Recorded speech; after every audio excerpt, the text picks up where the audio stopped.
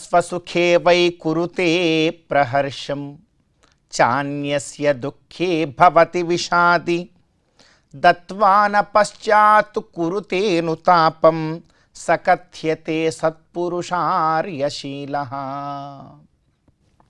అత్యంత పవిత్రమైనటువంటి ఈ చైత్రమాసంలో శుభోదయ వేళలో దేవదేవుడైనటువంటి శ్రీమన్నారాయణుణ్ణి, కలియుగ ప్రత్యక్ష దైవమైనటువంటి శ్రీ వెంకటేశ్వర స్వామి వారిని పరిపరి విధాలుగా శరణాగతి చేస్తూ ఉత్తమమైన ఈ చైత్రమాస శుభోదయ సమయాన్ని మనం చరితార్థం చేసుకుంటూ ఉన్నాం.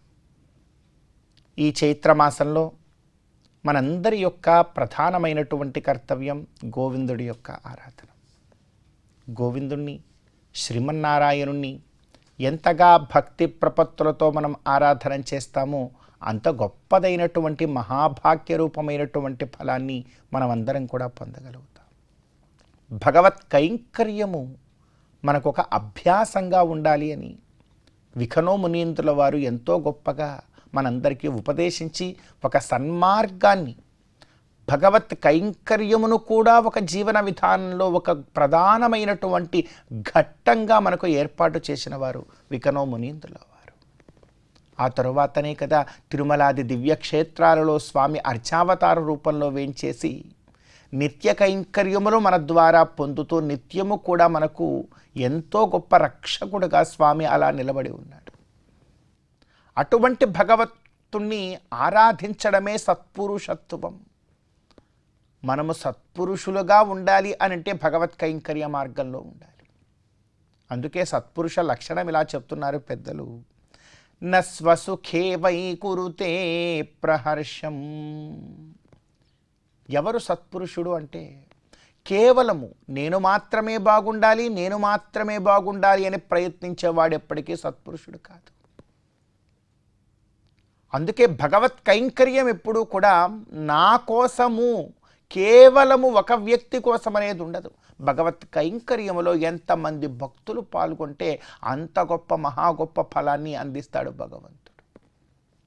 సామాన్యంగా మనం అనుకుంటాం మనుష్యులు ఎక్కువయ్యే కొద్దీ పదార్థము పలచనవుతుంది అంటారు. కానీ భగవత్ కైంకర్యం అలా కాదు. మనుష్యులు ఎక్కువయ్యే కొద్దీ ఫలము పెరిగిపోతూ ఉంటుంది. అది భగవత్ కైంకర్యంలో ఉన్న వైభవం. అందుకే కేవలం నా కోసమే అని ఆరాధన చేస్తే అతను సత్పురుషుడు కాదు. నాన్యస్య దుఃఖే భవతి విషాదీ. ఒకరి దుఃఖము చూసి తాను కూడా విషాదాన్ని పొంది భగవంతుడికి శరణాగతి చేయాలి. స్వామి, ఏమిటి లోకం ఇలా జరుగుతోంది, వారెందుకు అలా దుఃఖంగా ఉన్నారు, వారిని నీవు అనుగ్రహించు స్వామి అని ఎవరైతే భగవత్ కైంకర్యం చేస్తూ ఉంటారో, నిత్యము తిరుమలాది దివ్య క్షేత్రాలలో అర్చకులు చేసే పని ఇదే. ఏ రోజు అర్చకుడు తన గోత్రనామాలు గుళ్ళో చెప్పుకోడు. వచ్చిన ప్రతి ఒక్కరి యొక్క గోత్రాన్ని చెప్తాడు. వారు బాగుండాలి, వారు బాగుండాలి, వారి కోరికలు తీరాలంటాడు. తన గోత్రనామాలు ఎప్పుడు భగవంతుడికి విన్నవించడు. ఎందుకో తెలుసా? ఇంతమందివి భగవంతుడికి చేరవేస్తున్న నా గురించి కూడా భగవంతుడికి నేను చెప్పుకోవాలా? ఆయనకి తెలియదా? నాకు ఆయన చూసుకుంటాడు, నేను ఆయన చెంత ఉన్నాను కదా. ఇదండి ఒక అర్చకుడి యొక్క మనస్సు అలా ఉండిపోతుంది. అందుకే అంటున్నాం, చాన్యస్య దుఃఖే భవతి విషాది దత్వాన పశ్చాత్ కురుతేను తాపం. నువ్వు సత్పురుషుగా ఉండాలి అని అంటే దాన ధర్మాదులు చెయ్యి. కానీ ఏదో ఒక వస్తువు దానం ఇచ్చేశాక అయ్యయ్యో అనవసరంగా ఇచ్చాం, అది ఉండుంటే బాగుండేది అని నీవు ఒక్క క్షణం అనుకున్నా నీ దానం నిష్ఫలమైపోతుంది. నువ్వు చక్కనైన వస్తువుని దానం చెయ్యి. దానం ఇచ్చాక బాధపడకు. బాధపడ్డావా నీ దానము నిష్ఫలం. దత్వాన పశ్చాత్ కురుతేను తాపం సకథ్యతే సత్పురుషార్యశీలః. ఇలా ఎవరైతే ఉండగలుగుతారో వారే సత్పురుషుడు, ఆర్యుడు, సచ్చీలము కలిగినటువంటి వాడు అని శాస్త్రం చెబుతోంది. మరి మనం కూడా భగవద్ అనుగ్రహంతో వికనసోక్త విగ్రహారాధన మార్గము ద్వారా ఒక సత్పురుషులుగా ఉండగలిగేటువంటి ప్రయత్నం చక్కగా ఆచరిస్తూ ఈనాటి తిదివార నక్షత్రాలలో ఉండేటువంటి తత్వాన్ని కాస్త మన జీవితానికి అన్వయించుకునే ప్రయత్నం చేద్దాం. ఈ రోజున ఏప్రిల్ 5వ తేదీ చైత్రమాస కృష్ణపక్ష తదియ తిథి ఈ రోజున. తదియ తిథికి అధిదేవత గౌరీ అమ్మవారు. ఈ రోజున గౌరీ అమ్మవారి యొక్క ఆరాధన చక్కని ఫలాలను మనకు కలుగజేస్తుంది. అదేవిధంగా ఈ రోజున నక్షత్రం విశాఖ నక్షత్రం. ఇంద్రాగ్నులు ఈ నక్షత్రానికి అధిదేవులు. వారి యొక్క ఆరాధన మేధో యశస్సును మనకు కలుగజేస్తుంది. అదేవిధంగా ఈ రోజున వారం ఆదివారం. ఆదివారం రోజున ప్రత్యక్ష దైవమైనటువంటి సూర్య భగవానుడి యొక్క ఆరాధన మనకు ఆయురారోగ్యాలను కలుగజేస్తుంది. కనుక ఈ ఆరాధనల ద్వారా తిథివార నక్షత్రాలలో ఉండేటువంటి తత్వమును మన జీవితానికి అన్వయించుకునే ప్రయత్నం చేస్తూ గోవిందుడి యొక్క అనుగ్రహంతో ఈ చైత్రమాస శుభోదయ సమయాన్ని మనం చరితార్థం చేసుకుందాం. శ్రీ మహాలక్ష్మియట సింగారాలకే మరుదు, కాముని తల్లియట చక్కదనాలకే మరుదు. శ్రీ మహాలక్ష్మియట సింగారాలకే మరుదు, కాముని తల్లియట చక్కదనాలకే మరుదు. సోమునితో బుట్టువట సొంపు కళలకే మరుదు. కోమలాంగి ఈ చూడి కుడుతనాంచారి, చూడరమ్మ సతులాల శోభాన పాడరమ్మ కూడున్నది, పతి చూడి కుడుతనాంచారి.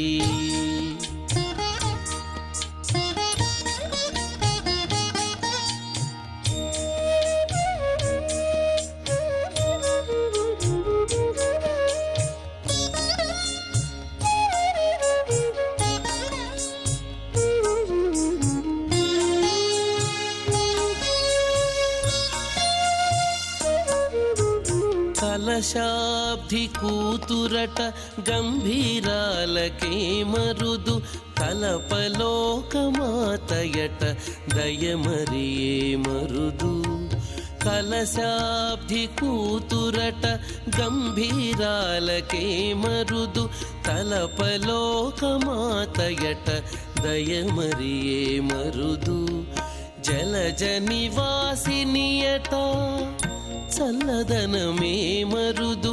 జలజ నివాసినియట చల్లదనమే మరుదు. కొలది మీరా ఈ చూడి కుడుతనాంచారి, జలజ నివాసినియట చల్లదనమే మరుదు. కొలది మీరా ఈ చూడి కుడుతనాంచారి, చూడరమ్మ సతులాల శోభాన పాడరమ్మ కూడున్నది, పతి చూడి కుడుతనాంచారి.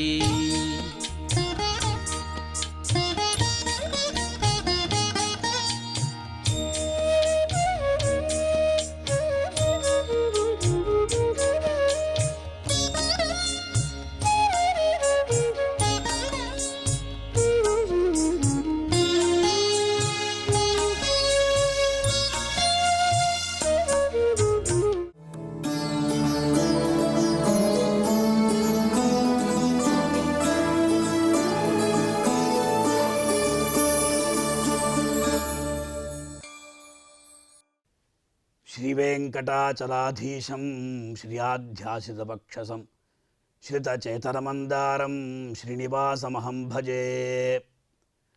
శ్రీ వెంకటేశ్వర స్వామివారి యొక్క ఘంటాస్వరూపునైనటువంటి శ్రీ వేదాంత దేశికుల వారు దేవదేవుని శ్రీనివాసుని యొక్క దయను గూర్చి ఒక అద్భుతమైనటువంటి స్తోత్రాన్ని రచించారు.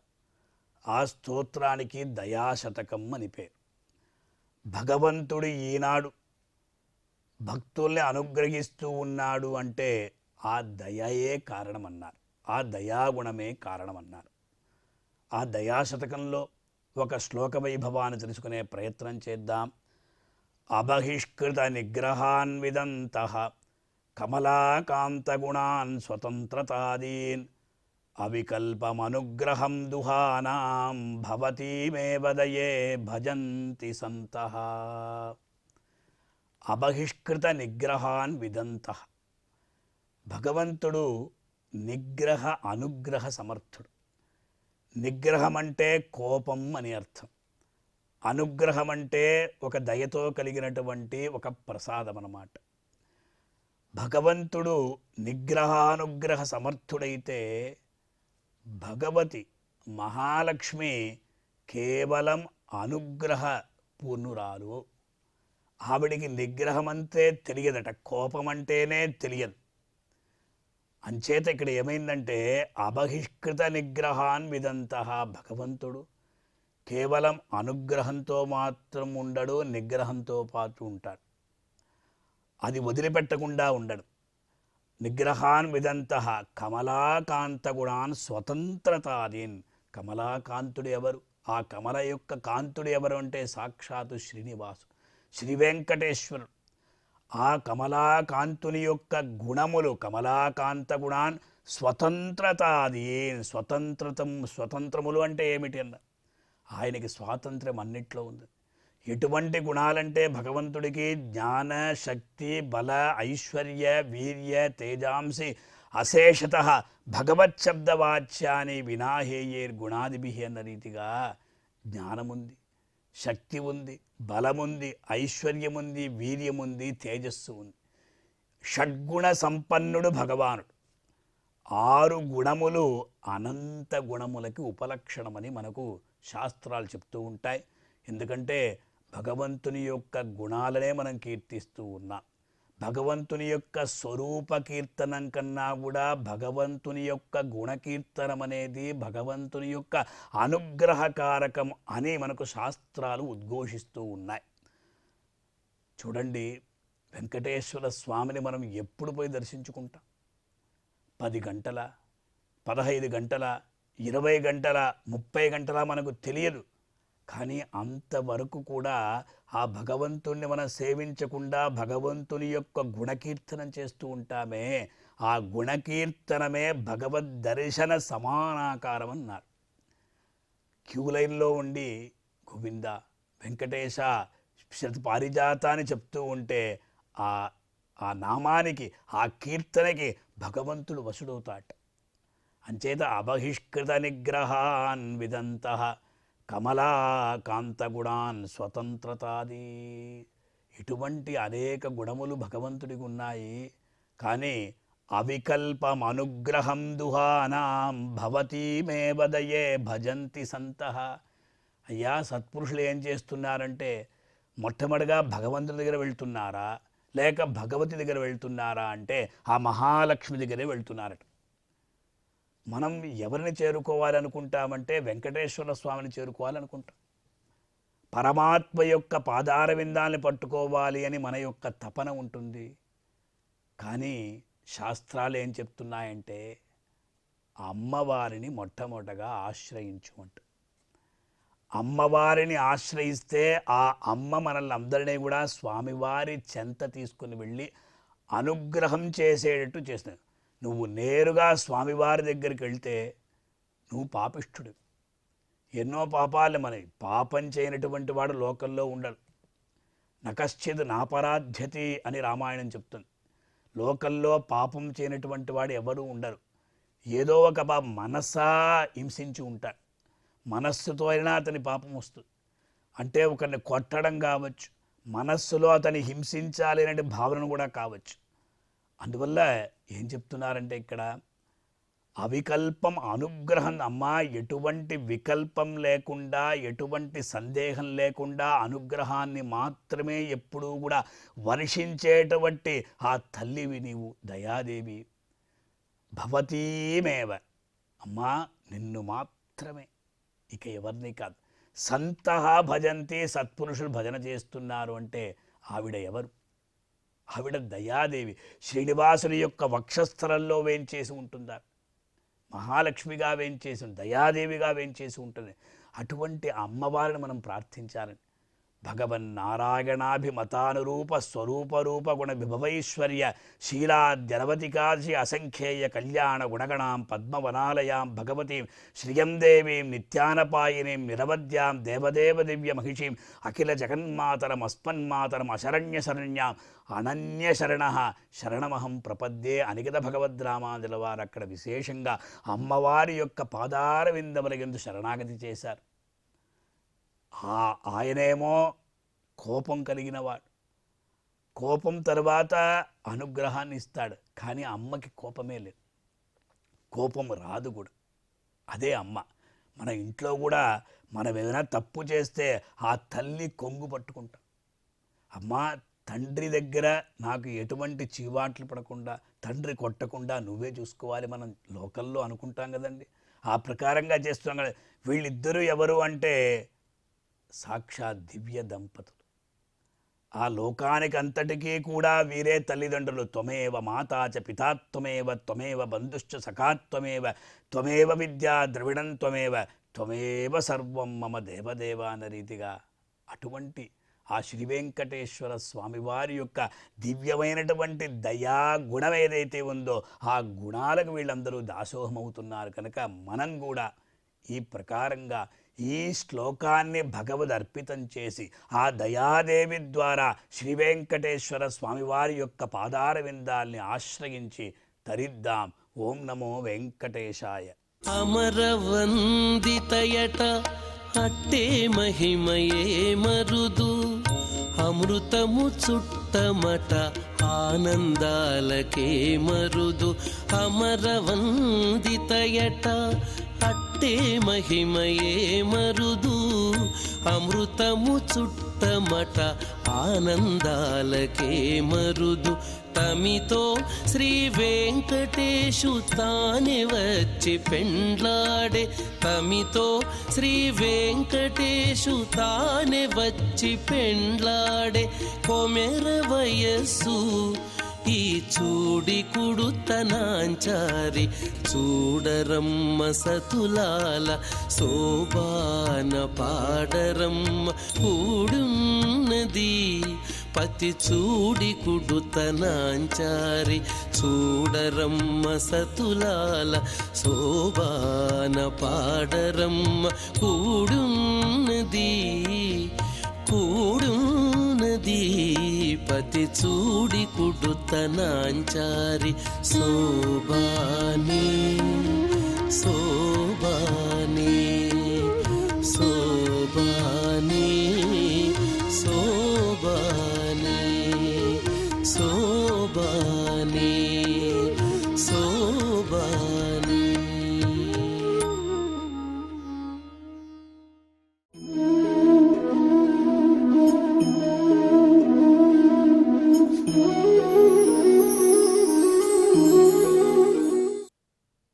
లోకంలో మహోజ్వల స్థితికి చేరుకున్నటువంటి అనుష్ఠాన బలం కలిగినటువంటి మహానుభావులు ఎందరో ఉంటారు. అవధూతలు, పీఠాధిపతులు ఉన్నారు. వారి యొక్క మార్గదర్శకత్వంలో సమాజం కూడా నడుస్తూ ఉంటుంది. భగవదుపాసనలో, అనుష్ఠాన మార్గంలో ఒక మహోన్నత స్థాయికి వెళ్ళిన తర్వాత కొంతమంది అనుకుంటారు, మేము ఇంక పెద్దగా ఏం ధ్యానం చేయాల్సిన పని లేదులే అని అనుకుంటూ ఉంటారు. అది సముచితం కాదు. కృష్ణ భగవానుడు చెప్పాడు, యద్యదాచరతి శ్రేష్ఠ తత్తదేవేతరో జనః సయత్ ప్రమాణం కురుతే లోకస్తదనువర్తతే. ఎంత గొప్పగా చెప్పారు మహానుభావుడు దేవదేవుడు. అయ్యా, లోకంలో మహోజ్వల స్థితికి, మహోన్నత స్థితికి చేరుకున్న తరువాత కూడా అటువంటి అనుష్ఠాన బలశ్రేష్ఠులు కూడా వారు ఏం చేస్తున్నారో తత్తదేవేతరో జనః, ఇతరులు కూడా అదే అనుసరిస్తూ ఉంటారు.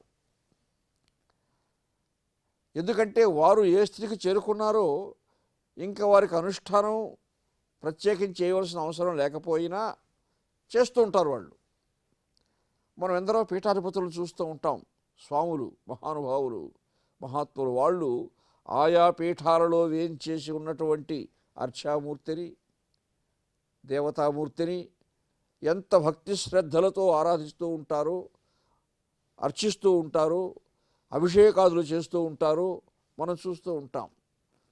వారు అలా చేస్తున్నారు, చూస్తున్నాం కాబట్టి అది ఆదర్శంగా తీసుకొని మనం కూడా అది మనం జీవితంలో పాటించాలి. మహాభారతంలో కూడా ధర్మరాజు పట్టాభిషిక్తుడై ఆయనకు సామంతరాజులంతా కూడా కానుకలు ఇచ్చారు, గానాభజనాలు చేశారు, కొలిచారు, అంతా బాగుంది. ఆ రాత్రి నిద్రపోతూ అనుకున్నాడట, సుఖశయ్యాగతుడై ఆలోచించాడు, మా తమ్ముడు అర్జునుడు ఎంత అదృష్టవంతుడు, శ్రీకృష్ణ భగవానుని ఆశ్రయించి ఆ దేవదేవుని ముఖారవింద వినిర్గతమైనటువంటి జ్ఞానామృతాన్ని ఆస్వాదించాడు మా తమ్ముడు. నాకు రాజ్యకాంక్ష తీరింది. ఇంతవరకు ఈ పట్టాభిషేకం ఎప్పుడు జరుగుతుందో, కురుక్షేత్ర యుద్ధంలో ఎవరిది దిగ్విజయం అవుతుందని మనసులో ఒత్తిళ్ళు ఉండేవి, అవన్నీ పోయింది. ఇప్పుడు రాజ్యం లభించింది. రేపటి నుంచి నేను కూడా బావగారిని ఆశ్రయిస్తాను జ్ఞానం చెప్పమని అనుకున్నాడట. ఉదయం లేచి కాలకృత్యాలని తీర్చుకొని ఎక్కడున్నాడు బావగారు కృష్ణ భగవానుడు విచారిస్తే అర్జునుడి మందిరంలో ఉన్నాడు తెలిసింది. అక్కడికి వెళ్ళాడు. అర్జునుడిని అడిగాడు, ఎక్కడున్నాడు బావగారు అంటే పూజా మందిరంలో ఉన్నాడు అన్నాడు. పూజా మందిరానికి వెళ్ళాడు.